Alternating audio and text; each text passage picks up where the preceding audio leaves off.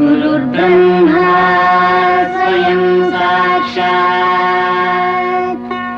सेव्यो वन्द्यो मुमुक्षुभिः नोद्वेजनीय एवायम् तत्त्वज्ञेन विवेकिना।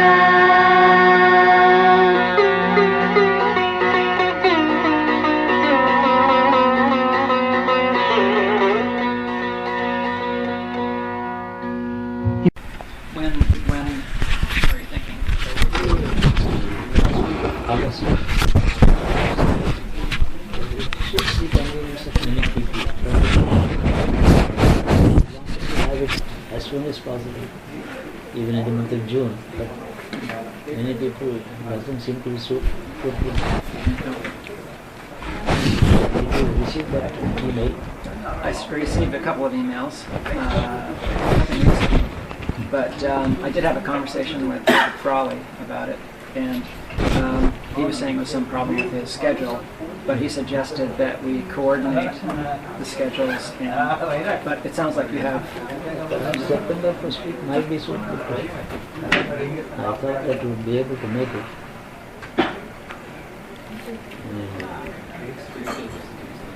Anyway, we are calling it out tomorrow.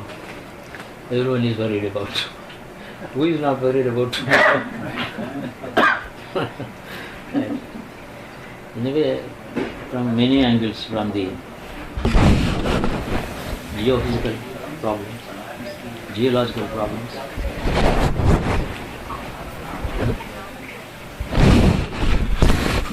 atmosphere, environmental problems, public health problems, political problems, diseases, HIV, AIDS and things like that, diseases, and man-made conflicts. We don't want to agree with each other. We seem to be having a pleasure in disagreeing with each other. That weakness in the mind of the man is growing. There is general tendency to disagree, fight. So our security is in the hands of all these elements. It is dependent on our environmentals, geo. In fact, did you read something about that Wyoming super volcano in Wyoming state? I haven't read much about it. Read it. Yes, by reading it seriously, you will lose 3 days sleep. Wow. That's all its contribution.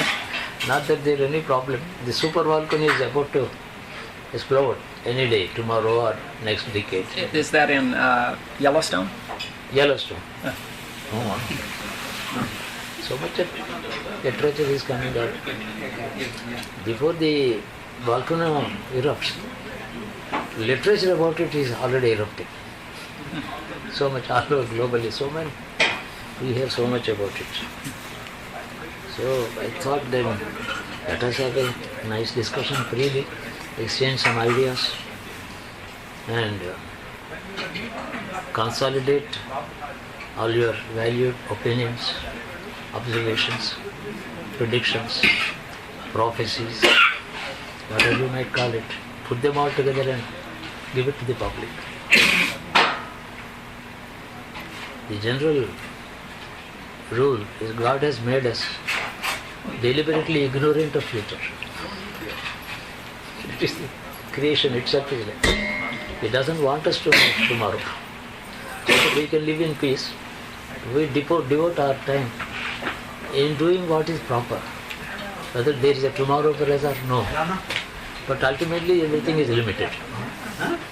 Somebody asked me to define death. Death is an event in life whose distance is limited, whose proximity is unlimited. That's a simple definition of death.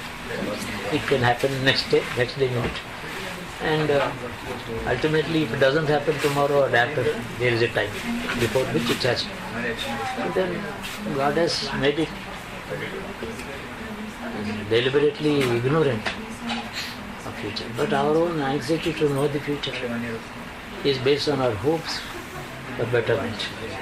Keep on hoping for something, desires, fulfillment, fears, expectations. There is no harm in trying to know the future. But we must also be prepared as to what to do, what is to be done by me if this is my future, if this is not my future. Be prepared to, with an attitude, to take the prediction. If you happen to know the future, you must also be prepared to know what to do, what kind of attitude should be taken to the prediction. That's the main thing. Preparing the mind of the man about his attitude. And predictions can be.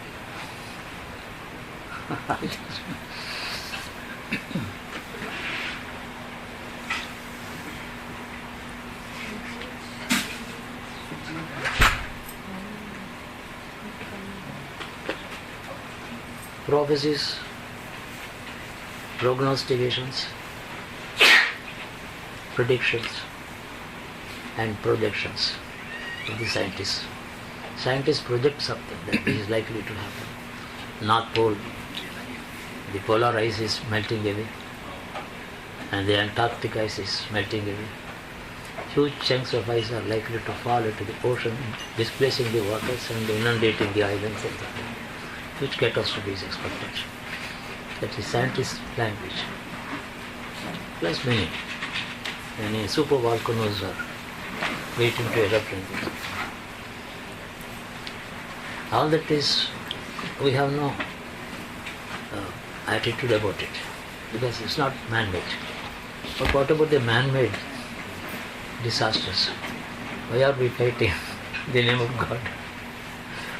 Fighting and hating somebody in the name of God is not just understandable. You can fight for a kingdom, for money, for elections, but not in the name of God. And what more do you need that the man is going to harm himself? He's his own enemy. You don't need any enemies from anywhere. You don't have to import enemies from anywhere at a normal cost. The man is his own enemy here and now, wherever he is. And this enmity has no remedy, there is no drug, there is no medicine that can take the fear and hatred away from the man. In fact, the concept of God is meant to give us a relief from our fears, the hope of our ambitions. Relief from fears is. That is when every prayer in Hindu gods and goddesses, we give, you are the force that removes the fear from my mind, apprehensions of my mind. You are the remover of it. You are the hope, you are my protection. I seek protection at your holy feet and things like that. So the helplessness of the man is the basic truth of life. It's finding some remedy in a supernatural creator. But that is okay so far as anyone, any human being is concerned. And disagreeing with each other about whom you are addressing. Somebody says, I know God, you don't know the God. My concept of God is the only truth, your concept of God. Not only that, in your concept you are insulting my God. You have no business to exist. So I am here to take the command of God. Under the command of God, I have a right, moral right to destroy you. What is all this? So this is quite enough to predict our future. This phenomenon we can easily conclude. We can easily come to some conclusion. We don't need to examine the planets. Examining ourselves is more than enough. This is quite right. Anyway, let us meet once again, spend some time, and across the table when we discuss many things, exchange of opinions. K.N. Rao is also coming probably. And that astrologer from Bangalore is coming. Gayatri Devi Vasudha. Okay. And some other people are willing and happy to come.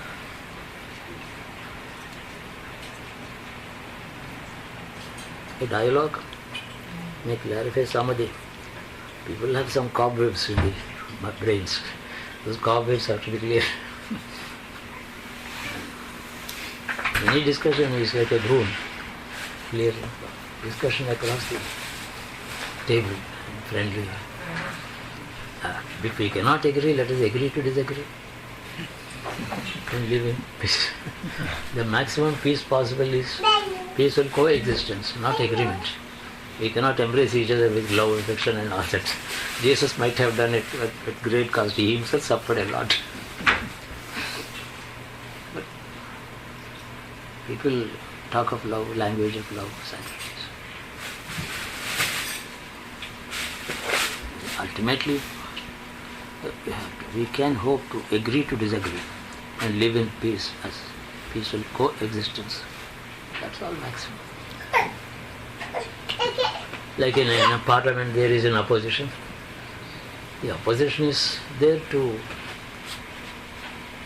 help the government to take the right decision, giving the other side of the opinion.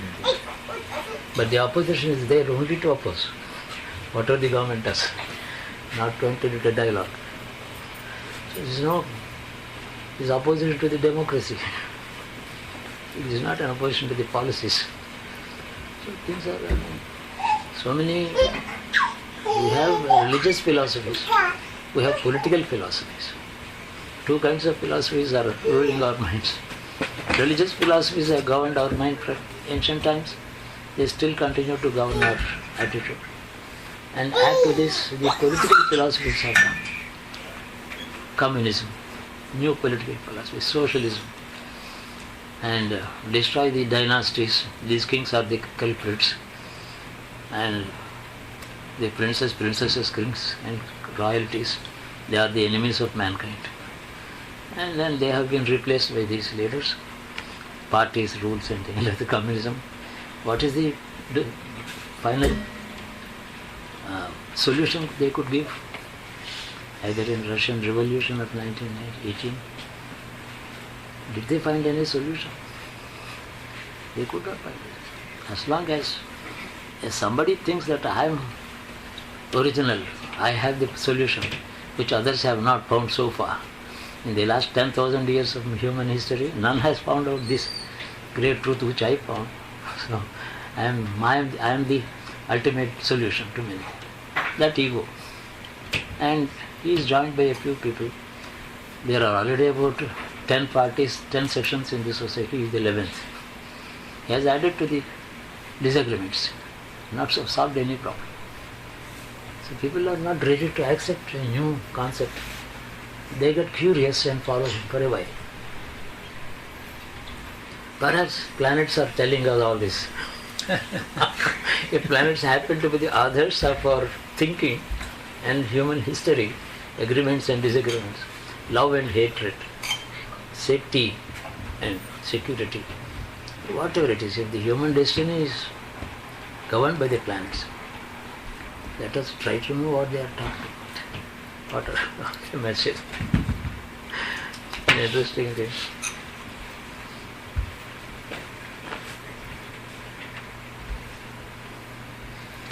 I've often looked at horoscopes, and when you take horoscopes of people in different religions, and what you were saying about people having this unique idea of feeling I found the one and the only truth, but when you look at their horoscopes, it's obvious why they chose that particular religion. It wasn't such a unique and intelligent idea, it was just the only thing that they could have thought of.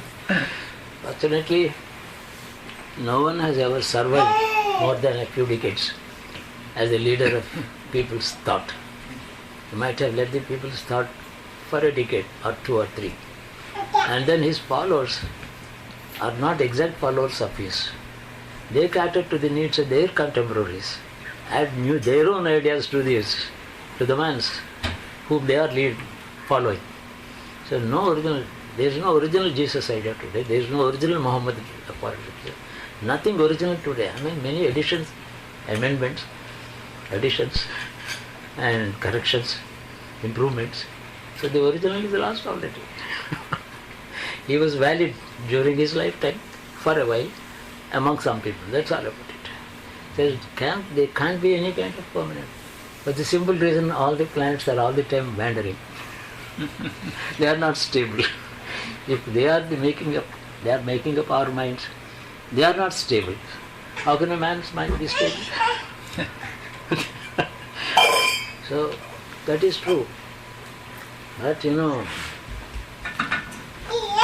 new political thought, the last 100 years, it has every new political thought or new religious attitude has only ultimately destroyed the peace of mind. Not a single. We have to have some discussion on a small scale, in a small circle, limited, a few members like us, we meet together. We speak about it for our own satisfaction. Maybe there are 100 people who agree with us, are happy to hear. That's the limitation. Beyond that, it's not valid. I am not going to give any solution to anybody. But we agree on some kind of, this may be good, this may be happening, this is likely to happen, going to happen, perhaps. That perhaps is also there. Not certainly. So, it's necessary for us to meet. There has to be a common platform. Common platform is necessary. India is more riddled with internal problems than any other country. Every country has its own attitude to its people and things, but so many conflicting opinions and schools of thought, disagreements, mutual warring attitudes toward each other. That is the society of India today. Whether it is religious or political or even sociological subjects, disagreements. Fortunately, they are not people like men of action. They are satisfied with condemning each other. They are not going to the streets all the time to fight, which is why people are living on.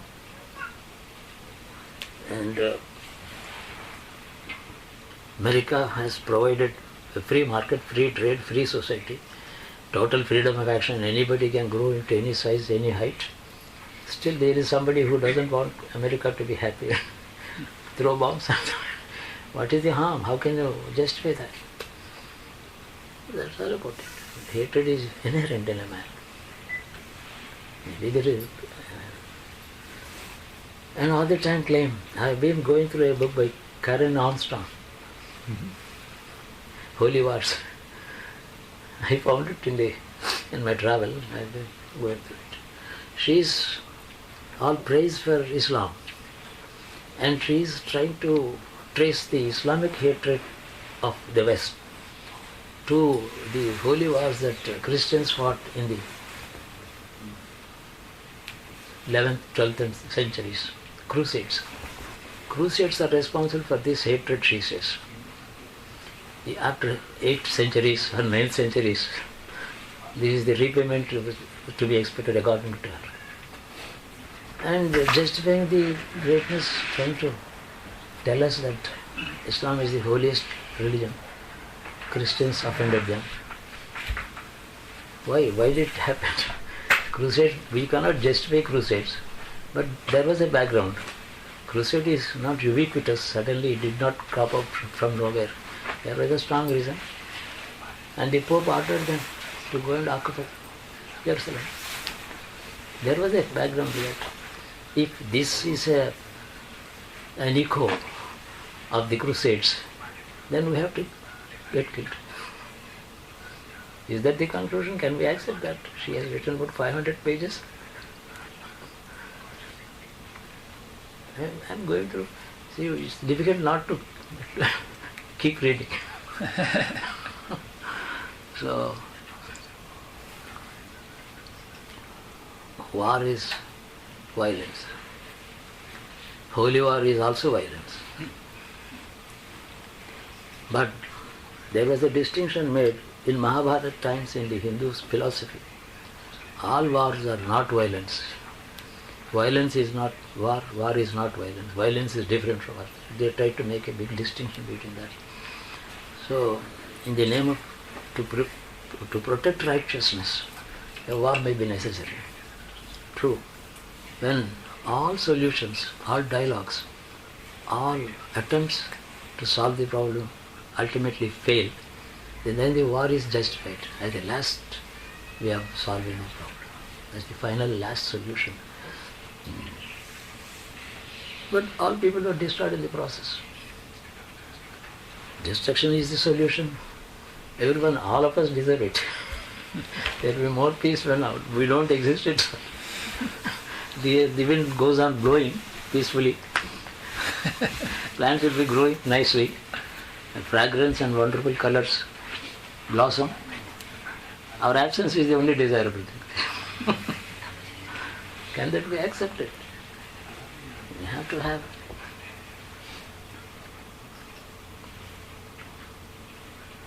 So there appears to be some kind of a milestone in the near future in the history of civilized mankind. We are civilized, no doubt. But side by side, the barbarism is also coexistent. So civilization should be supported, strengthened, and we have to put down the barbarism. Even if he says it's a holy war, your holiness, the holiness of your concept does not justify your violence. We don't agree with your violence. You may be the holiest of holy. You might have received the command of the God, but it's command to you only, not to us. We have not been asked to be killed. He might have asked you to kill me, but we don't accept it. Barbarism has no place in civilization. So we tooth and nail we uphold. If you don't yield to our argument, you will be destroyed by the stronger forces. And something, this kind of an attitude, what is the use of appeasing them, praising them is a great religion, grace, love and peace and things. You cannot appease, Nor can you ever bribe a criminal. Bribery is okay to get something done from somebody. Criminal cannot be bribed. That way, some has our own attitudes, political solutions that we are attempting are not sound. The political solutions to this kind of barbarism, I think there can be no political solution to barbarism. There can't be any remedy to hatred. Opinion may differ, and somebody who is opposing you may be convinced by many means, but as long as the inherent hatred is there, it doesn't yield to any solution. You have to have only strength, assertion, and hold them to ransom, call them to discipline. It's the only solution. That has been amply explained in the ancient scriptures of Hinduism, Bhagavad Gita and all that. And the author of all that was Krishna. He has been acclaimed as the divinity himself. He may be a nice politician, very intelligent, learned man, but he is divinized. He was divine. So, by calling him divine, we have accepted his solutions, his teachings as ultimate. If you call him just another political personality, it doesn't have any finality. The author is the God himself, therefore it is acceptable to all of us. But then we have to have our finalized opinion, attitude. There can't be a continuous, endless discussion about these things. This is not a subject to be discussed at length. A discussion for a while on one or two platforms between two selected parties, it's okay. But that's where the ultimate solution. There is something we have to arrive at. There's no use of trying to please them, trying to give them money, arms and all that. Make friends, trying to shake hands with them when their hearts are hating each other. It's all artificial, untrue, insincere. Any untrue attitude, a truthless attitude can never give us any solution. It has to be truth behind it.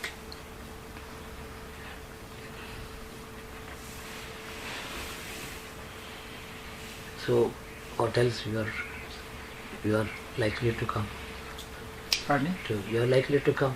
I'll see if I can come. I'll look at my schedule and try to arrange it. Yes. Tell us more convenient dates if you like, towards the end of August or first week of September. You can bring your friends. Let them also participate.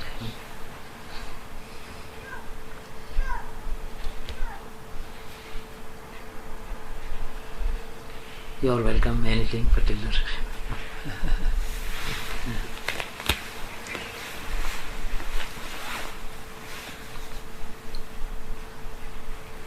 Would like to speak for a while. Me? Would like to speak for a while. Speak to me. You, Mark? Yeah. Do you have anything you want to ask him? Or? No. You can. Just enjoying your darshan. Yes. Because I am doing all the talking. But yours is the only voice that counts.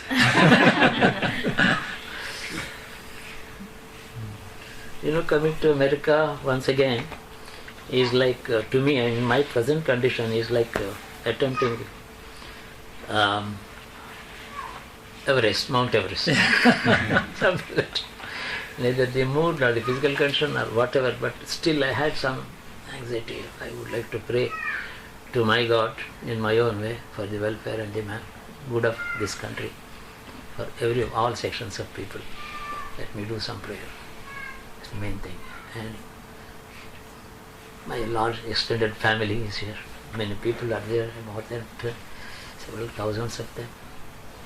Although I cannot meet all of them, they can have a talk on telephone or something, a meeting. I spent about 14 days in Connecticut, where my another granddaughter is living. So I could meet many families in and around Washington, New York. Many people came there.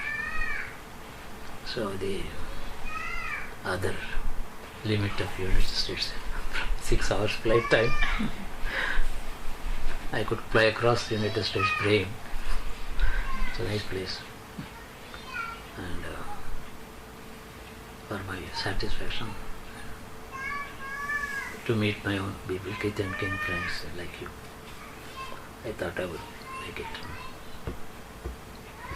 Last time you came, you had an opportunity to drive down to Los Angeles, and you said that on the trip you had kind of meditated on the earth and you had some ideas about earthquakes. Any further ideas on that, on this trip? You remember in 1906, San Francisco had a very bad experience. Mm-hmm.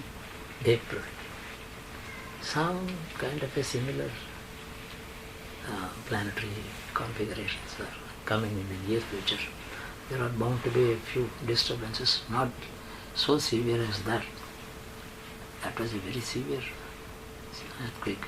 The whole city of San Francisco was destroyed actually. Mm-hmm. What you have today is almost totally a repeat, new city that we have in San Francisco. In 1906 April, more than half of the city was razed to the ground. Well, that kind of shoreline has its own weakness, but is far, far better than before. Now it's better.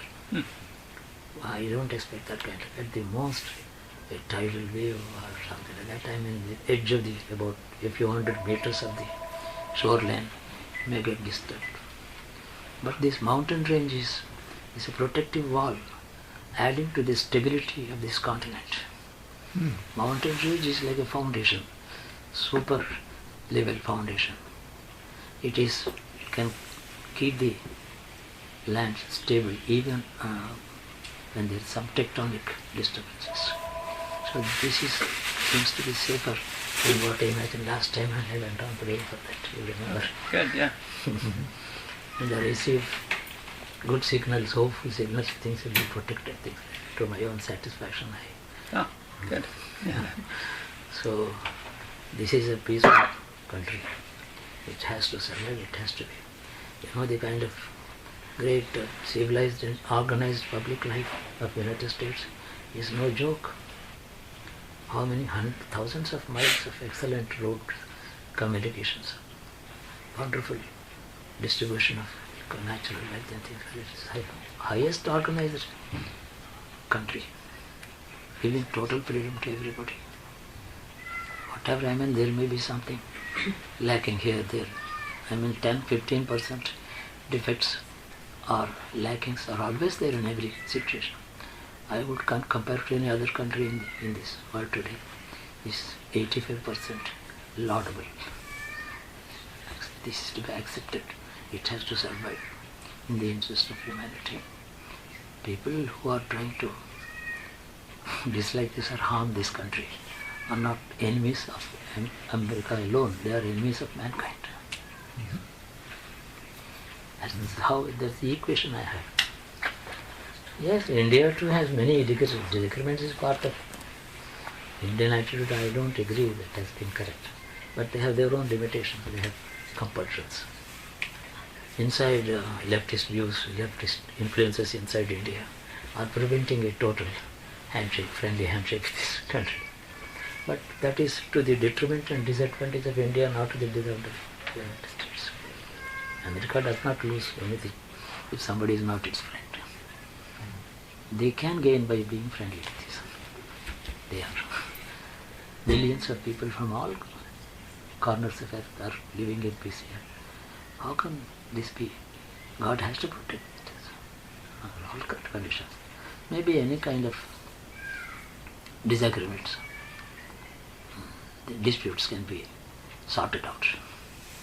No dispute is impossible to sort out. Every dispute has its solution. Hatred has no solution. Because hatred is not an issue at all. Hatred is not an issue. We can disagree on this is an issue. We are fighting for land or something. It's an issue. No hatred. Hatred is not an issue. It is poison. Just rabid poison.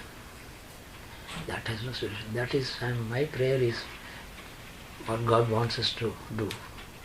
In these circumstances, He should guide us. He should guide the actions and thinking of the mankind on the proper lines. And God should give us some kind of a solution to this problem. That solution may be a great milestone, a great, most eventful and significant change in the politics of the globe. Something is bound to happen to our advantage. Without that, this kind of dangerous situation continues.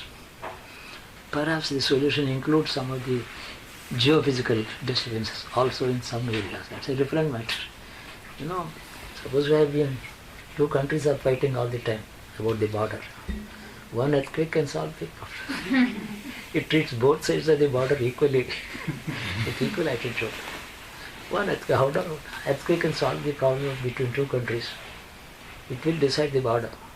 All the time it takes is only 7 seconds. Maybe some solutions are waiting for us. And some solutions, like amputation of a leg, which cannot be cured, is infected totally. By amputation of the leg, the man is surviving. So all solutions are not painless. There are painful solutions. That can be given only by God. If some of us keep praying for that solution, come on, I want to live. If you want me to lose my leg, let that be. Let my legs and arms be amputated, still I want to live, because mind and body are active. So the man is surviving, even after the amputation. The amputation is a treatment, not destruction. That way we are waiting for something to happen. I don't know why at all this kind of a heated discussion is taking place about the December 2012. I would put it, that is a starting point. The total time of that solution may be 8 years till the 2020 December. Some unprecedented, very rare planetary combinations seem to be coming up. So during those 8 years, many things can happen. It will change our politics, it will change our attitude to religions, It will change our attitude to coexistence. And mankind has to realize hatred is not the way of survival. If I hate you, I am harmed first. That means my own future is bleak because of my hatred inside me against you. My hatred may not harm you, but it does harm me. This is a kind of a simple realization. We don't have to study books on philosophy. Just common sense is more than enough. Simple common sense, unprejudiced, free from hatred and arrogance. That's more than enough. We can have that kind of a lesson is we are waiting for. It cannot be bad. Even a physical destruction or whatever may happen. Painful operation can make the patient survive. Operation is not always painless. How can even an injection can give us a pain, sting? So, but they are thinking of the evil happenings, fear, they are afraid of many happenings that are going to take place.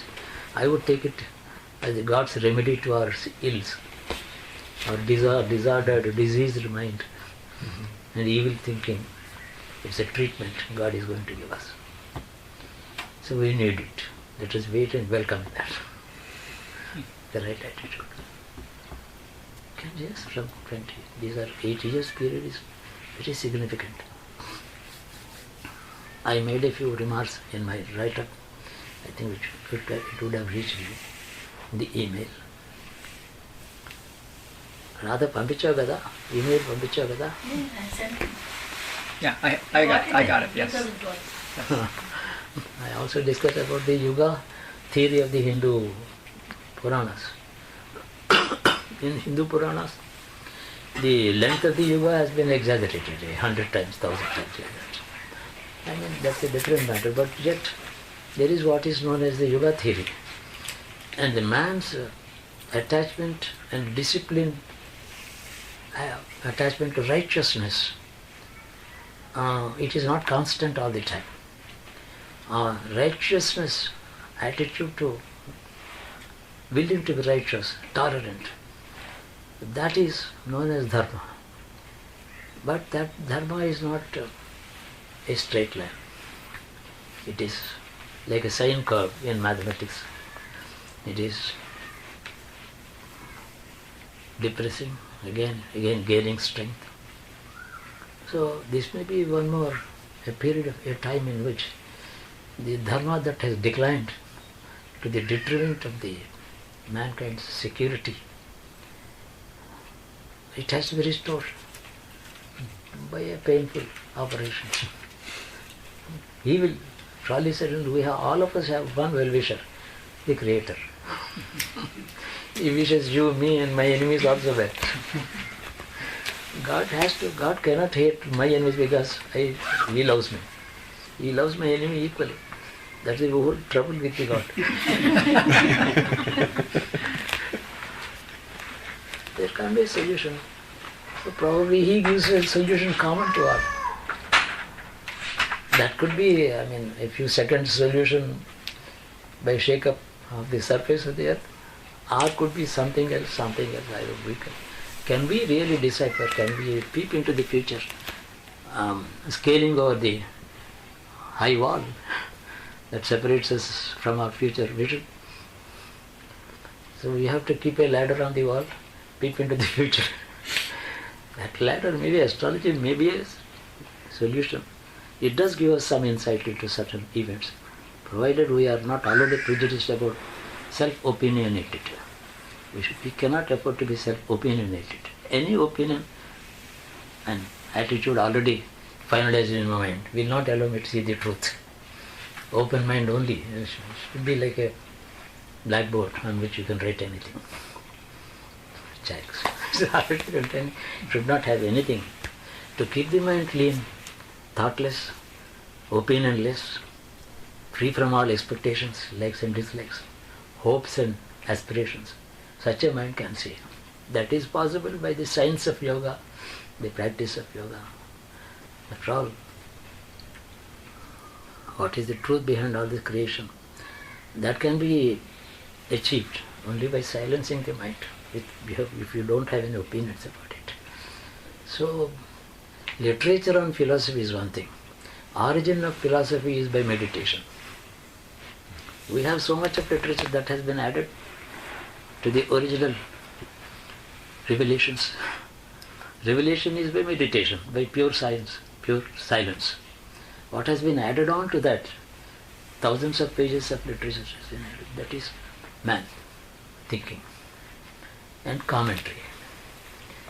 On a single sentence in Bible there can be 10 commentaries.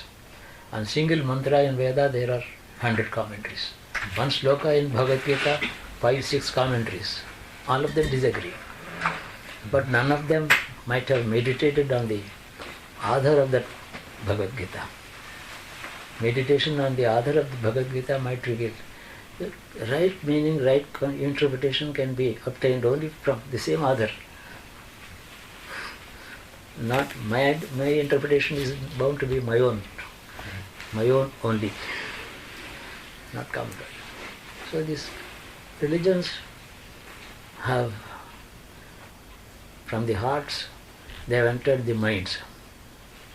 Religion was in the heart to begin with. It has left the heart and entered into the mind. And it has grown in size. Language. Now that we have much more efficient methodologies of printing and publishing, that has added to the bulk of literature, burden of the reader. When there was not so much of literature in the early stages, even Byzantine Empire, when Christianity in its initial stages was easily understandable. They did not have so many sects thinking. Similarly, Hinduism is becoming a very big complexity. More complex it is, more disagreements. They don't even shake hands with it, they don't look at each other. In the same religion, worshipper of the same God, there is a Vishnu, all of us worship. But there is another sect which worships exclusively only Vishnu, rejects others. So the unity is lost. Even in bhakti, even in devotion, unity has been lost. In religion, there are splits. We have, all this is man-made, intellect. Intellect is not the tool with which you can find out the truth. The tool to find out truth is meditation, silence. There is a heart. Intellect gives it more confusion. And you publish a book today, 10 years later you will disagree with yourself. And you publish a second opinion on your own. Mm-hmm. No man's intelligence or no man's opinion has ever been found to be constant all through his own life. What he wrote at the age of 20 was totally different from what he wrote at 40, what he wrote at 60, what he has finally said up when he was 80. Different voices. So there is an evolved opinion and evolving opinion. Evolving opinion is not to be relied upon. Same author has published several times several things. Opinion is still evolving. The humankind's wisdom has not evolved, it is still evolving. So evolution is the course. Similarly, right now, what we are looking forward in the near future, probably a finally evolved opinion about what is good for the mankind. God will teach us a lesson probably. And maybe a painful operation, doesn't matter.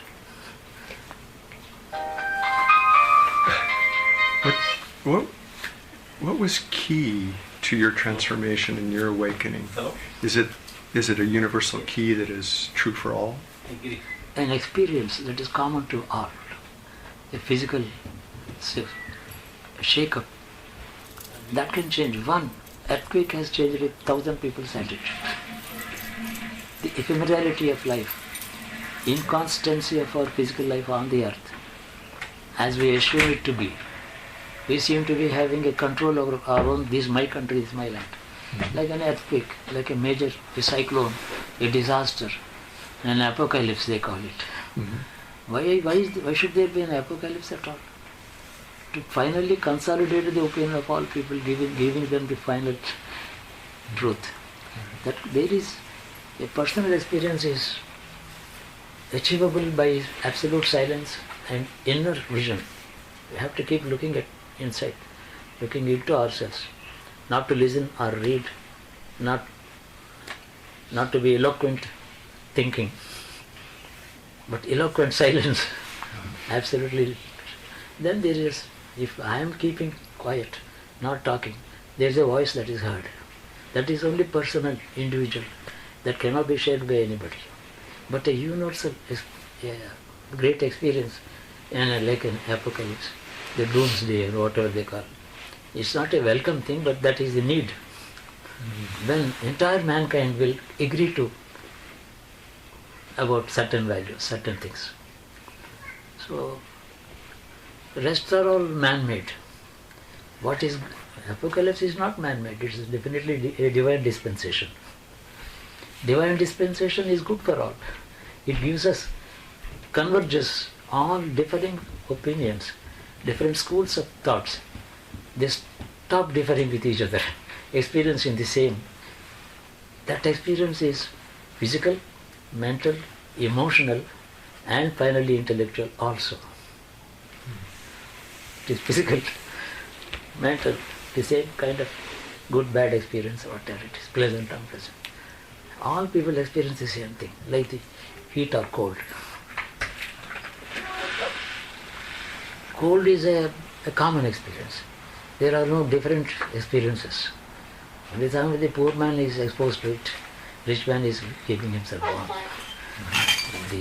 Heaters inside the house are not touching the cold outside. So the individual differences are there. Once there is the power failure, common experience, the cold or heat, all people do the experience it. So nature, that is why nature is pervaded by the divinity. There is God here, in this, everywhere, here. In fact, there is no point of space without Him. So a final reaction to the conflicting attitudes of mankind. That reaction comes from the all-pervasive nature of God. So He gives one single experience in a single minute to all people and make them equal, leveling. Like an English poet has said, he called the death the leveler. Death the leveler, he writes. With the poor crooked scythe and spade, scepter and crown must tumble down. The kind of an experience. Death is an experience common to all, whether king or poor. So there is a leveler. That leveler is, death is one aspect of God. Like if birth is one aspect of God, death is another aspect of God, which is teaching us many things. Death is also a teacher, which is why there is an Upanishad on which I commented that the God of death is the Guru to that young boy who goes to him. He puts on questions. What is death? Why are people dying? What is happening to them after death? Since you are the God of death, you must give me the clarification on this. So that's wonderful Upanishad, particularly. Death is not cessation of all existence. There is a continuous existence, continual existence of the inner man. That is the clarity given. And so, like one man dies, his kith and kin experience the loss of an individual. When the man who is dead is not coming back to tell us what he has experienced in dying. So the experience is permanently absent. So we imagine many things. He might have gone to the Swargam, heavens or hell and things like that. So everything is left to guess. The experience is not able to report what he has experienced. So this is a common experience. Death is a very common experience. But we seem to be thinking that somebody has died, I am alive. There exactly is not absolute truth. Truth is of many kinds. There is a truth, average truth, common truth. Then a relative truth. Then there is untruth. then absolute truth. At many levels, we are experiencing the truth at many levels. When we have a desire to know the absolute truth, that can be given to you by God from within, because He is there present inside you. That is not a mental solution. It is the truth is God can. We think of God all the time in many forms. You cannot see God. You cannot touch Him. You cannot pinch Him. You cannot embrace Him or kiss Him. You cannot fight Him. You cannot talk to Him. You cannot listen to Him. And yet you can experience God. That's a great truth. Experiencing God is beyond the senses. When all the five senses are crossed into a region where there are no senses working, it is that realm, that is the platform on which He can be experienced. So there are few. Prophet Muhammad experienced God in his own way. Jesus experiences God. There are many sages, yogis, they have experienced God. But their experience is not translatable. The whole problem arises. So there has to be some common experience that has to be given by the God in one moment, one time, to all equally. Right. That is the awakening of you. I think so. The teacher knows, the protector knows, the creator knows. He is our well-wisher. He always loves us. And keeping our repose, an absolute surrender and love of the truth. We should love only the truth, whether it is known to us or not. Whatever be the truth, I would love it. Let me gain it, let me know about it, let me experience it. If that is the attitude, all problems are there. A problem is not a problem is only an experience. Yesterday there was no problem, today I have a problem. It is an experience. What was not there yesterday, I mean one more experience. When we say he is an experienced man, we don't mean that he has been a successful man. He has gone through thick and thin difficulties of life. Therefore we call him an experienced man. So experience obviously means unpleasant. Isn't it? It's a very strange thing.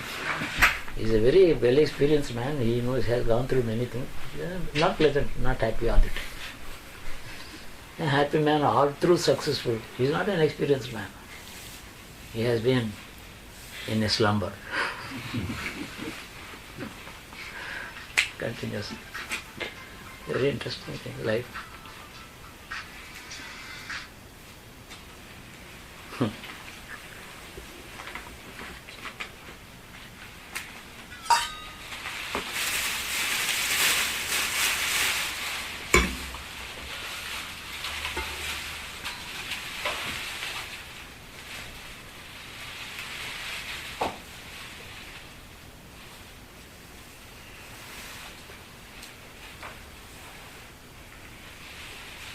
I am leaving on the 28th. Another 8 days I am left. Since I have no work, there is nothing like finishing it.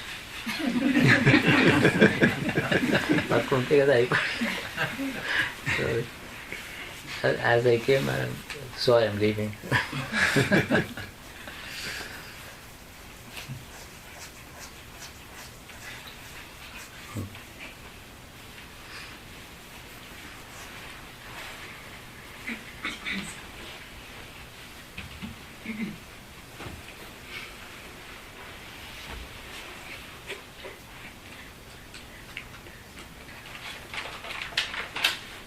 You are coming again tomorrow or after once again before I leave? I'll come as many times as you'll let me come. Yes, and I'll be happy to see you again and again. You're most welcome anytime. You can bring your friend and other friends, anyone, spend some time like this.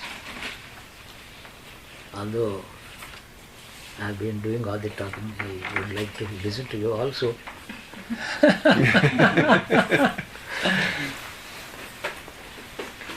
I was thinking about your comments about death, and one of the things that I've noticed, it's a simple thing, is just simply as people get older, they start thinking about God more. and you see people who weren't religious earlier, and then now they start getting religious, and all of the texts say that death, the contemplation on death, turns a man's mind towards God, the realization that True. that we're immortal, and I find that fascinating, and it's very true for me. Yes, it is true. In fact, rather than fear of death, trying to know about death, the truth about death, takes away the fear of death. Okay. Thinking of death, it instills only fear in mind. And try to understand death, you are taken away from the fear of it. Death is the greatest friend. You realize that. In fact, there is nothing like a death at all. It is absolute truth, naked truth. Because we live, our thoughts are clothed in different colors. We don't see the naked truth of death. Truth is naked by itself, inherently. And death alone, there is an Upanishad on which I commented it, and I don't know if you can take it. You can get a copy of it. I would like you to read. Did you read that commentary? Yeah, I have a copy at home. Anybody. So, there is nothing, in fact. That's the greatest friend. Suppose that population, there is no single death reported for a century in any particular country. Is it all right? Is this country, can that accommodate us? People keep being born, taking birth. Every day population is adding. There is no death. No one is dying for a century. It's nothing but hell on earth. That every minute we are relieved from the tensions, from the troubles, from the lack of accommodation. India was 33 crores, 330 million when in 1947. After the Pakistan was separated, Bangladesh has gone away. The balance of India is today having 105 crores.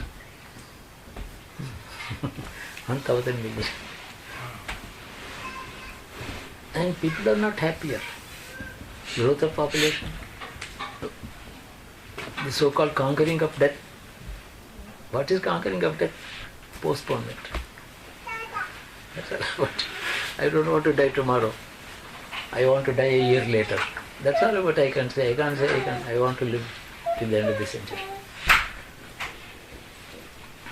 Still we have to have an understanding where to draw the limit. Near a lengthening of our life on earth. What is a complete life? How do you define? A full life, a complete life, successful life. You add all the epithets to that thing. What are they? How do you define that? Living long for 100 years is good? Is that complete? Or there are sages and great realized men. They did not live 100 years. Shankaracharya died at the age of 32. He gave us philosophy. Okay. There are many people. A sense of fulfillment has to be achieved during his lifetime. Then the life is complete. You could be 30 or 40 or 110, anything. So a man has to make an effort to achieve the completion of life, fulfillment of life, so that he can call it a successful life. And it is not based on a time scale. It is a scale of experience. That decides whether life is full or incomplete or complete. That's all about it. So we can always pray for a full life. Pray for a full life, not so many calendars. I want to see another 100 calendars. There's no use. It will still be incomplete. That completion, fulfillment, sense of fulfillment, regretless. I always defined a successful life as a life without regret when I look back. Suppose I am 100 and I keep on saying I should not have done that day. I should have done this. Somehow I missed it. Somehow I failed to do this. I mean, this kind of regrets, life is incomplete, not a successful life. One could be a very ordinary ice cream seller on the roadside, or could a president of the country. Success is different. It's not the status, or how many people have known him, how many years he ruled the country. It's not necessary. That is not the scale. That is not the barometer to say whether life is full, complete, and things like that. Regretless. Maybe he has lived all along, all his life, driving a taxi, but taking care of his little kids, bringing them up, doing honest service, no regret, fulfilled. But a dishonest politician has ruled the country with all power, destroyed his enemies and opponents. He cannot say that his life is successful. He might have succeeded in performing an evil act of hatred. He might have succeeded in destroying his enemies for a while. But he is not successful. Because the destruction that he indulged in chases him subconsciously. So many people have to understand the importance of death and what exactly to pray for. Fulfillment. What to desire, what to ask for, what is not to be asked for. That is, I would say, wisdom. I shall never ask for this, I shall ask only this. We have to know about it. So that way, you will find a fulfillment. In sciences, like astrology. Astrology is one limb of the philosophy. It's a part of philosophy. It's not a prediction science. Science of prediction is not the correct definition of astrology. It's part of destiny. Destiny is understanding the divinity, divine order of care, this kind of creation, which is following a particular order. Everything is going by a discipline. At least taking the same time to complete one revolution, rotation on its axis, revolving around the sun with such great discipline, while it is not being handled visibly by any machine. Just in space, it is keeping time. It's a great timekeeper. This is an order. To understand what is this, what is that order, who made this, I should know about it. So there is an order, there is a discipline, there are do's and don'ts in the nature. Earth does not delay like our railway trains or flights. Even by a minute, it doesn't lose a minute in a year. So that kind of an order that is governing the life and the creation all around, the cosmos, the planetary system. So understand, astrology is a science that is dealing with this kind of order, this wonderful disciplined order of happening, order of running the world. Astrology is dealing with that subject. Therefore, I would call astrology as a philosophy. The one person who gains by this philosophy is the astrologer himself. The man who takes a prediction from you has a limited gains from you. He has not ultimately found out the greatness of astrology. He found his prediction from your readings.